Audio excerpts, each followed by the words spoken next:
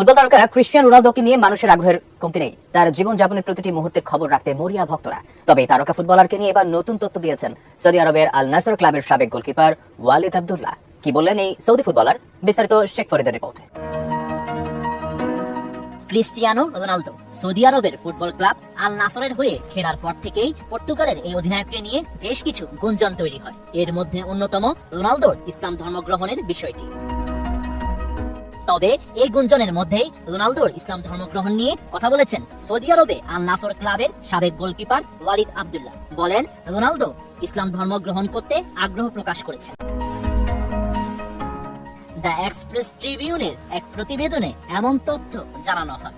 প্রতিবেদনে বলা হয়েছে, ইসলাম ধর্ম গ্রহণের পাশাপাশি সৌদি আরবের সংস্কৃতি ও কালচারের প্রতি রোনালদোর শ্রদ্ধাবোধের কথাও তুলে ধরেন আব্দুল্লাহ।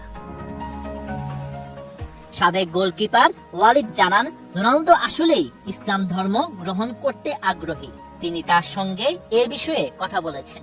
গোল করার পর এরই মধ্যে রোনালদো সেজদাও দিয়েছেন। তিনি সবসময় খেলোয়াড়দের নামাজ ও ধর্মীয় অনুশাসন মেনে চলার বিষয়ে উৎসাহ দেন।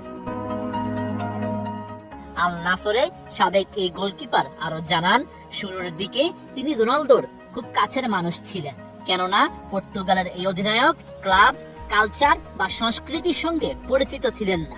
তিনি বিভিন্ন বিষয়ে কৌতূহলী হতেন এবং তার কাছ থেকে বিস্তারিত জানতে চাইতেন।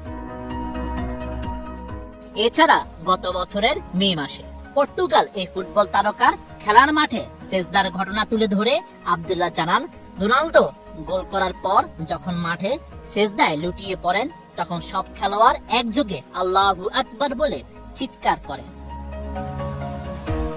চলতি বছরের জানুয়ারিতে সামাজিক মাধ্যমে ভাইরাল হয়েছিল রোনালদোর ইসলাম ধর্ম গ্রহণের বিষয়টি। তবে পরবর্তীতে সেটি গুজব বলে বিভিন্ন ফ্যাক্ট চেক প্রতিষ্ঠান নিশ্চিত করেছিল।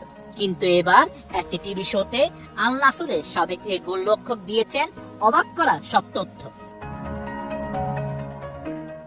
এর আগেও করিম বেনজেমা আর মেসুট ওজিল প্রকাশ করেছিলেন ইসলামের প্রতি রোনালদোর অনুরাগের কথা। তবে রোনালদো ইসলাম ধর্ম গ্রহণ করুক বা না করুক, শৃঙ্খলা এবং খেলোয়াড় হিসেবে তার প্রতিশ্রুতি তাকে এই পর্যায়ে নিয়ে এসেছে বলে মন্তব্য করেছেন আল নাসরের সাবেক গোলরক্ষক আব্দুল্লাহ।